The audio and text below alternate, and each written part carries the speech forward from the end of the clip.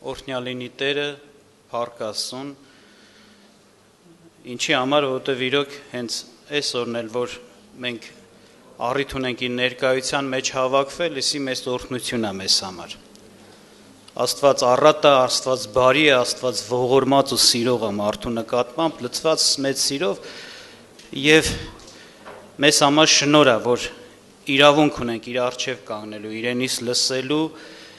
եւ նաեւ աղոթք անելու եւ ինքը խոստացել է, որ այն ինչ որ իր կամքի պես է, պիտի օրհնի եւ մեզ պիտի տա։ Կենթանի է Տերը, կենթանի է նա ներկայությունը մեր մեջ։ Ես ուզում եմ Գործք առաքելոցից մի օրինակի վրա ուշադրություն դարձնենք այսօր եւ Տիրոջ խոսքով խրատ առնենք։ Ուրեմն ովքեր որ Սուրբ Գրքին ծանոթ են, գիտեն, որ կար մեկը, որ անունը Սողոս էր, որ հետագայում ապաշխարելով դառավ Պողոս, չէ՞։ Եվ երբ որ սկզբից տեսնում ենք իր կյանքը, իր ընթացքը ինչպիսին էր, Սուրբ Գիրքը այսպես է նկարագրում նրա, ասենց ասած, տրամադրվածությունը, միտումը Աստծո ժողովրդի նկատմամբ, ասում է նա մահ է շնչում։ Այսինքն ահավոր, ասենց ասած, հակառակված եւ չար տրամադրված մեկն էր Տիրոջ ճանապարհի նկատմամբ, Քրիստոսի նկատմամբ եւ ամեն ովքեր որ Քրիստոսին հավատում ու ընդունում էին։ Ասում է, նկարագրված է, որ ինքը հատուկ աշխատանք էր տալում, իր անձը ոնց որ առանձնացրել է դրա համար, գտնել մարդկանց, ովքեր Տիրոջն են պաշտում, Հիսուսին են պաշտում, եւ նրանց ձերբակալել տալ, բանտ գցել, մահվան մատնել։ Սա իր ասենց գլխավոր գործն էր դարձել, եւ ինքը նայում էր, որ սրանով ինքը աստվածապաշտություն է կատարում, այսինքն Աստծուն ծառայություն է անում։ Բայց հետո Սուրբ Գիրքը ներկայացնում է, որ Սողոս այս կոչված անձը դարձ ունեցավ։ Երբ որ ինքը հենց այդ նույն նպատակով լիազորագիր իրավունք էր ձեռք բերել վերցրել քահանայապետներից, որ գնա Դամասկոս եւ այնտեղ եղած հավատացյալներին հայտնաբերի ու բռնած շղթայակապ կապված բերի բանտ գցի, ճանապարհին Տեր Հիսուս Քրիստոսը իրեն երևաց։ Եվ Սողոսը, ասենց ասեմ, իմացավ, ոնց որ ասած, ճանաչեց, հասկացավ, որ իրոք Քրիստոսը Աստված է։ Եվ այն ժողովուրդը, որ Քրիստոսին ընդունել է, ճիշտ է արել, որ ընդունել է։ Եվ ինքն էլ դառավ դեպի Աստված, դառավ դեպի Քրիստոս, ապաշխարեց, խոստովանեց իր սխալ լինելը, թողեց այդ ճանապարհը, հալածողի դերը, ճանապարհը որ ուներ եւ դառավ դեպի Աստված։ Արդեն նա ոչ թե հալածում էր, այլ հակառակ քարոզում էր Քրիստոսին եւ այսպես ձգտում էր, որպիսի Քրիստոսին պաշտող ժողովրդի հետ լինի։ Եվ այսպես է ասում Գործք առաքելոց 9-րդ գլուխ 26-ից 28 խոսքերը։ Ասում է, երբ որ Սողոսը Երուսաղեմ եկավ, ջանք էր անում, որ աշակերտներին հարի, եւ ամենքը նրանից վախենում էին։ Եվ չէին հավատում, թե աշակերտ է։ Բայց Բարնաբասը նրան առավ, տարավ առաքյալների մոտ եւ նրանց պատմեց, թե ինչպես ճանապարհումը Տիրոջը տեսավ, եւ թե նրա հետ խոսեց, եւ թե ինչպես Դամասկոսում համարձակ քարոզեց Հիսուսի անունը։ Եվ նրանց հետ էր Երուսաղեմում մտնելով եւ դուրս գալով եւ Տեր Հիսուսի անունը համարձակ քարոզելով։ Այստեղ որոշացին եք դասնում Սողոսի նկատմամբ վերաբերմունք ցույց տվեցին ժողովուրդը, աշակերտները Տիրոջ եւ Բարնաբասը։ Ժողովուրդը ասում է, ինքը ուզում էր հարեր, այսինքն նրանց հետ լիներ Քրիստոսի աշակերտների, բայց ասում է ամենքը նրանից վախենում էին, այսինքն վանում էին իրանից, հեռանում էին։ Իսկ Բարնաբասը ասում է, այդպես չարես, նա վերցրեց տարավ Սողոսին առաքյալների մոտ, առաջնորդների մոտ եւ հաստատվեց, որ նա իրոք Աստծուն ընդունած մարդ է եւ ընդունվեց այս մարդը Տիրոջ ժողովրդի մեջ։ Հիմա ես չեմ ասում դուք պատասխանեք, բայց այսպիսի հարց ժողովուրդը ճիշտ վարվեց Սողոսի հետ, թե Բարնաբասը ճիշտ վարվեց։ Գուցե մեկը կասի, դե ժողովուրդը սխալ վարվեց, տեսակ Բարնաբասը վերցրեց տարավ, ասենց ասեմ, ու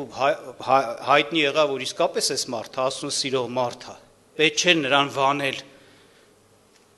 Բայց իրականությունը էս է, ժողովուրդն էլ ճիշտ վարվեց, Բարնաբասն էլ ճիշտ վարվեց։ Այսինքն, որն է ժողովրդի ճիշտ վարվելու հիմքը, կամ ինչով է նա արդարացված այդ վարմունքի մեջ, որ վանում էր, չէր ուզում ընդունած, չէր վստահում։ Վերջապես պտուղը ծառի չեն, չէ՞ ճանաչում։ Իրանք այդ պտուղն էին տեսել։ Իրանք այդ մարդուն ճանաչում էին հալածող, սպանող, թշնամի։ Եվ իրավունք ունեին, չէ՞ չվստահեին։ Թեկուզ խոսքերով ինքը կգար կներկայանար, որ ես արդեն հավատացյալ եմ, ես արդեն Հիսուսին ընդունել եմ, բայց իրականության մեջ իրանք իրավունք ունեին չվստահեին։ Շատ բան էին տեսել։ Խոսքերին մենակ պիտի չնայեն, առաջերտին կյանքն են տեսել են ինչ արել էս մարդը, եւ հանկարծակի փոխված հայտնվում է։ Այսինքն սա ոչ թե անխղճություն էր, ասենց ասեմ, կամ հակառակ Աստծուն վարմունք, չէ, հավատացեք, սա Աստծո կամքն էր, որ հենց այդպես էլ վարվեին իր հետ։ Տիրոջ խոսքը այսպեսի բան է ասում մեզ. իմաստուն եղեք ինչպես օձեր եւ միամիտ ինչպես աղավնիներ։ Իմաստությունը, միամտությունը իրար հակառակ բաներ կարծես թե լինեն, բայց պարզաբանում է էսը իրականության մեջ Տերը իրոք մեզ իրան հավատացող մարդկանց մղում է իմաստուն լինել, այսինքն իմաստուն մարդը սենց ամեն ինչ պարզամտորեն առանց քննության չի ընդունում։ Նա քննում է, նա համոզվում է, նա զանազանում է։ Երեխան է, չէ, որ իմաստություն չունի, մի բան ասում են, անգամ շատ խրտին բան կամ վատ բան, մեկ էլ նայում ես ընդունել է, որ հավատացել է, առանց քննության։ Իր իմաստության պակասն է դա, որ իր միամտությունն է, չէ, պատճառ, որ ասենք այդպես է վարում։ Բայց այստեղ Տերը, այո, խոսում է, որ ոնց որ ասած ձեր քայլերը իմաստությունով գցեք, հասկանալով, քննելով, վարվում եք, խոսում եք, հաղորդակցություն եք մարդկանց հետ, իմաստուն եղեք նրանց հետ վարվելու մեջ, բայց նաև միամիտ։ Միամտությունը էսա, որ մարդը իրոք, ասենց ասած, անկեղծ սրտով, առանց հետին մտքերի, առանց չար ծրագրերի, նենք մտադրությունների, միամիտ անկեղծ սրտով հաղորդակցություն ունի։ Տերը այսպես մղում է, որ այո, մաքուր սիրտ ունեցեք։ Մարդկանց հետ շփվում, հաղորդակցում եք, տներ եք մտնում, հլնում եք, ինչ-որ բաներ է լինում, մաքուր սրտով դա լինի, առանց հետին մտքերի ու նենք մտքերի։ Բայց նաև մարդկանց հետ վերաբերես խորագետ եղեք, իմաստուն եղեք, որովհետև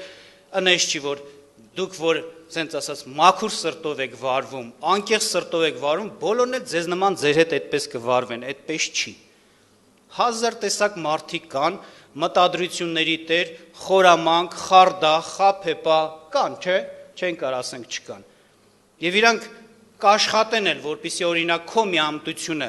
օգտագործեն եւ շահագործեն։ Վնաս տան, քեզանից օգտվեն, քեզ հիմարացնեն։ Դրա համար Տերը խոսեց սրա մասին, որ եթե պիտի վարվեք խորագիտությամբ ու իմաստությունով, վարվեք մարդկանց հետ։ Երկրորդ Կորինթացիս 11:19-20 խոսքերը։ Լսեք ինչ է ասում Պողոս առաքյալը։ Ասում է. «Վասզի հոժարությամբ համբերում եք անմիտներին իմաստության գոլով, որովհետև համբերում եք, եթե մեկը ձեզ ծառայեցնե, եթե մեկը ձեր բանը ուտե, եթե մեկը մեկ բան առնե, եթե մեկը գոռոզանա, եթե մեկը ձեր երեսին զարկե, անարգանքի համար եմ ասում»։ Այսինքն տեղեր կա, մենք գիտենք, Սուրբ Գիրքը խոսում է օրինակի համար, որ երբ որ կարիք կա, իրոք մարդը կարիքի մեջ է, խեղճ է, քեզանից բան է խնդրում, ասում է երես մի թեքիր, չէ, ողորմություն արա, ձեռք մեկնիր անպայման, անխիղճ մի գտնվիր, անողոր մի եղիր։ Շատերը կարող է հենց այս ոնց որ ասած պահը օգտագործելով ուզենան շահագործեն, այդպիսի բաներ եղել է, կյանքից օրինակից հայտնի է։ Մարդը, որ անգամ գլուխ է գովում իր կողինների, ընկերների շրջապատի մեջ, ասում է, տեսիք հիմա ոնց եմ հիմարացնում այս մարդուն։ Եվ բան է, այսպես ասեք, գնում դուռը ծեծում է, փող է ինձ պետք է, այսքան փող։ Այս հավատացյալը հանում տանում է, տալիս է։ Մտածելով, որ Տիրոջ խոսքը դե ասում է, որ դա ուզում են, չէ, դուր։ Բայց Տիրոջ խոսքը այդպես չի ասում։ Մենք Տիրոջ նման պիտի վերաբերվենք։ Մենք Տիրոջ նման պիտի դառնանք։ Մենք իմաստուն պիտի լինենք։ Նաև այս առումով, որ պետք է միամտություն չանենք, մենք պետք է հասկանանք, արդյոք դիմացինը մեզ շահագործում է, հիմարացնում է, թե իրոք կարիքի մեջ է։ Եթե կարիքի մեջ է, Տերը ասում է, իրոք, եթե ձեռիցդ գալիս է, հնարավորություն ունես ողորմած եղի։ Բայց հնարավոր է այս մարդը ձև է անում, խաղ խաղում, ուղղակի ոնց որ ասած ուզում է քեզ շահագործել։ Քո հոգևորն է։ Մեկ մարդն էլ միամիտ առանց քննելու անկեղծորեն սկսում է տալ։ Բայց 1-2-3 կարող է հասնել նրան, որ ինքը հառաչի անգամ բողոքի Տիրոջ ասես, ի՞նչ պատվերադրված, ով ուզում է տուր։ Բայց այդպես չի։ Հենց Տիրոջից sense նայենք, ով ուզում է տալիս, հա։ Այդպես չի, այնքան աղոթքներ կան, որ անպատասխան են մնում, գիտեք։ Տեղ կա այն Սուրբ Գիրքը ինչ ասում, Հակոբոս առաքյալ ասում է, խնդրում եք եւ չեք առնում։ Ինչու՞, որովհետեւ չարաչար եք խնդրում ձեր ասենց ասած ցանկությունների համար։ Այսինքն ոչ թե դա իրական ձեր կարիքն է, դուք ուզում եք Աստծուն աշխատեցնեք, դուք ուզում եք Աստծուն էլ շահագործեք։ Աստծուն էլ ասենց ասած միամիտի տեղ դնեք ու վերցնեք։ Ձեր ցանկությունների, ձեր ագահությունների համար բաներ եք խնդրում, Աստված էլ չի տա։ Աստված մարդ չի, որ խավվի։ Ողորմությամբ առատ ու լիքն է Տերը, Տեր Հիսուս Քրիստոսը, բայց նա այնտեղ է անում ողորմությունը, որտեղ որ դրա կարիքը կա։ Ոչ թե ամեն ուզող։ Որտեվ թող Աստված օրհնի մեզ, որպեսզի մենք իրոք, այստեղ Պողոսը ինչ էր ասում այս մարդկանց։ Ասում էր, դուք կհամբերեք, ձեզ էլ իմաստության գոլ կտակ, այսինքն ձեզ իմաստունի տեղ կդնեք, որ յանամ դե պետք էր, պիտի արվեր, ինչ։ Որտեվ համբերում եք, եթե մեկը ձեզ ծառայեցնում է, եթե մեկը ձեր բանը ուտում է, եթե մեկը ձեր վրա ձեր բանը առնում է, գոռոզանում է, ձեր երեսին զարկում է։ Այսինքն այստեղ ոչ թե բռնադատելու հարց էր, որտեվ տեղ կա, հիշում եք, Սուրբ Գիրքը ասում է, եթե բռնադատում են, տուր ազատվի, Աստված քեզ Տեր է։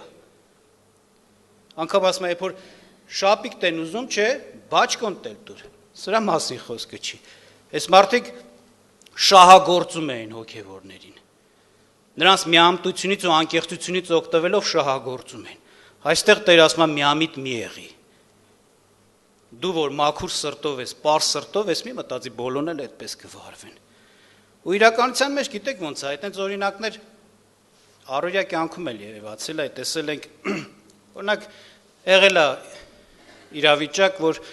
նայում ես մարդը եկել է եկեղեցի Տիրոջ ժողովրդի մեջ, նոր եկել եկել նայում ես սրանից է պարկ վերցնում, նրանից է պարկ վերցնում, եկել նայում ես եկա մարդկանցից արդեն գումար է վերցրել։ Ավելին հասկանում ես, որ այս մարդը ոչ թե Տիրոջ կարիք ունի, եկել է իր հարցերը լուծել ժողովրդի միամտությունից օգտվելով։ Ու տեսել ենք այդպես, մարդիկ գալիս են անծանոթ մարդիկ։ Հենց Լուսակերտում այդ փորձ ունեցել ենք, մի քանի անգամ են, տարիներ առաջ մարդիկ են եկել օրինակ մեր քույրերի եղբայրների տուն օտար տեղից, անծանոթ, ներկայանում են որպես հավատացյալ, հոգևոր։ Երկրանից մի երկու երգ գիտեն, Աստվածաշնչից մի երկու տեղ գիտեն, խոսում են, որ վստահություն շահեն ու սենց օգտագործում, շահագործում են, իրանց բանն են ուտում, սենց ասած, ոմանք փող են վերցրել, խոստումներ տալով եւ այլ, մի քանի տես դեպքեր գիտենք։ Հետո որ հիմացել ենք, սենց ասած, գնացել ենք, հետաքրքրվել ենք, խոսել ենք, տեսել ենք, այս մարդիկ հավատացյալ չեն։ Իրականության մեջ ինչ-որ ձևով տեղեկություն ունեն, բայց հոգևոր չեն։ Եվ կամ անգամ գիտեք ինչ ձև, ես ձեզ ասեմ, դեպք ա եղել, որ մարդը ներկայացել է նորից հավատացյալ ու կարելի ասել, մատ քարոզիչ է։ Անենց է խոսում, անենց է Տիրոջ ճանապարհներից խոսում, անկեղծությունից նվիրվելուց Տիրոջ, որ կարծես թե կասկածի տեղ չի թողնում։ Բայց հետո քննվել է, բաներով բացահայտվել է, որ շուլերի մեկն է։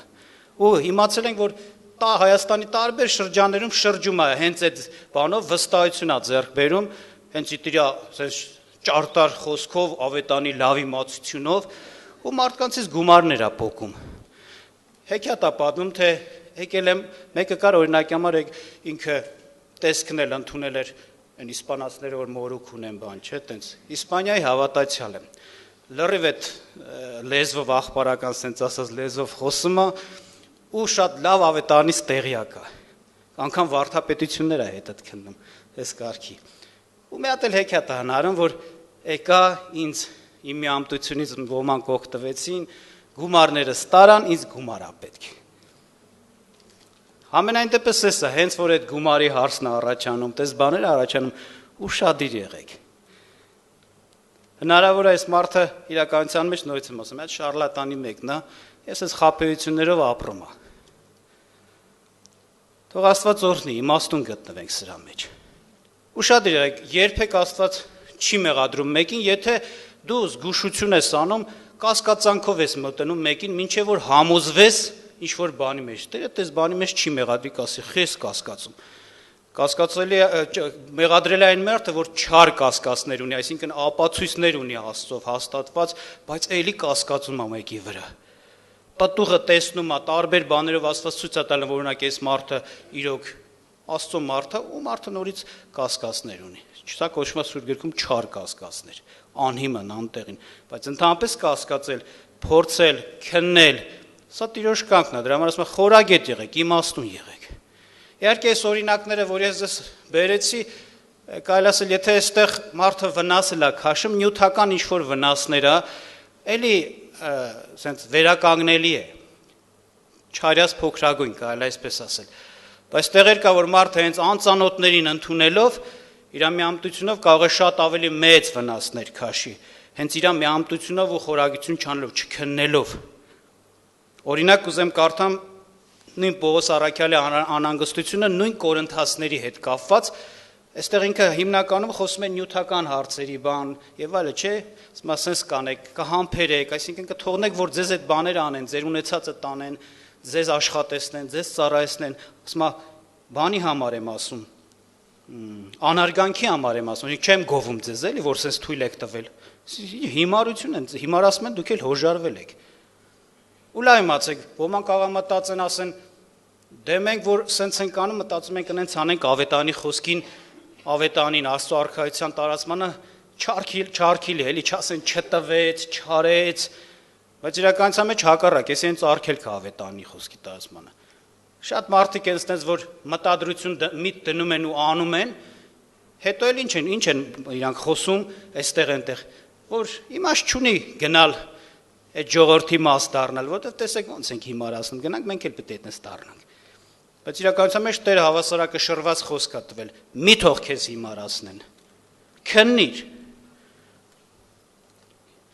Եվ կուզեմ կարդամ Պողոս առաքյալի մեկ ուրիշ անհանգստություն առաջի Կորինթացիս 11-ի 3-4 խոսքերն եմ ուզում կարդամ ձեզ համար, բայց վախենում եմ, միգուցե ինչպես օձը իր խորամանկությունով խաբեց Եվային, այնպես էլ ձեր միտքը ապականի այն միամտությունից է, որ Քրիստոսումն է, որովհետև եթե մեկը գա եւ ուրիշ Քրիստոս քարոզե, որ մենք չքարոզեցինք, կամ ուրիշ հոգի առնեք, որ չառակ, կամ ուրիշ ավետարան, որ չընդունեցիք,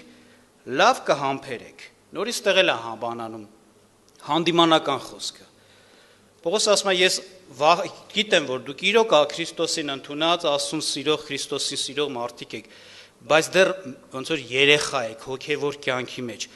Այդ երեխան է շուտ է, չէ՞ խաբվում, որտեղ նրա քննելու կարողությունը թույլ է։ Խորանալու, հասկանալու, քննելու կարողությունը թույլ է։ Եվ Պողոսն էլ ասում է, ես վախենում եմ, որ կգան ձեզ կխաբեն ձեր միամտությունից օգտվելով ու դուք էլ կխաբվեք։ Եվ ինչ ձևի կխաբեն, ովքեր կլինեն, սրանք արդեն ոչ թե ունեցվածք վերցնող են, աշխատեցնող շահագործողներ են, չէ, սրանք մոլորություն բերողներ են։ Ասում է, եթե կգան ու Քրիստոս կքարոզեն, այսինքն չեն ասի ուրիշի անունը, չեն մղի ուրիշին հավատալ, կասեն Քրիստոսին հավատացեք, բայց ուրիշ Քրիստոս, անձի մասին կվկայեն, անունն էլ կդնեն Քրիստոս, որ ավետարանում վկայված Քրիստոսը այդ Քրիստոսը չի, այդ բնույթի անձը չի, այդ գործերի տերը չի, ուրիշ հասցեի վրա կուղարկեն, մարդը մենակ անունով կասի Քրիստոս, բայց այդ անձը, որին իրանք ծուր ասած մղում են, այդ անձը Քրիստոսը չի, կամ ասма կգան ուրիշ ավետարան կքարոզեն, որ մենք չենք քարոզել, կփոխեն ավետարանը, բայց քանի որ լավ չեք հասկանում, զանազանում տեսնում, չեք էլ իմանալու, թե ոնց խաբեցին, մոլորեցրեցին։ Օրինակ այդպիսի բան Պողոսը ներկայացնում է, գաղատացիները ավետանից ծռվել էին։ Եվ հանդիմանում են դրանց, ասում են, ինչքան շուտ ծռվեցիք, թեքվեցիք, եկան ասեցին վրաս հավատացիք, հա։ Քրիստոսին թողեցիք, ուրիշ բանի հետևից գնացիք։ Ու ինչ ասում, ասում է խափանված եք Քրիստոսի շնորհքից ընկած, այսինքն վերջ էլ ոչ թե դուք փրկությունը պիտի ունենաք որպես նվեր Աստծուց, դե գնացեք ձեր ճանապարհով ունեցեք, որ չեք էլ ունենա։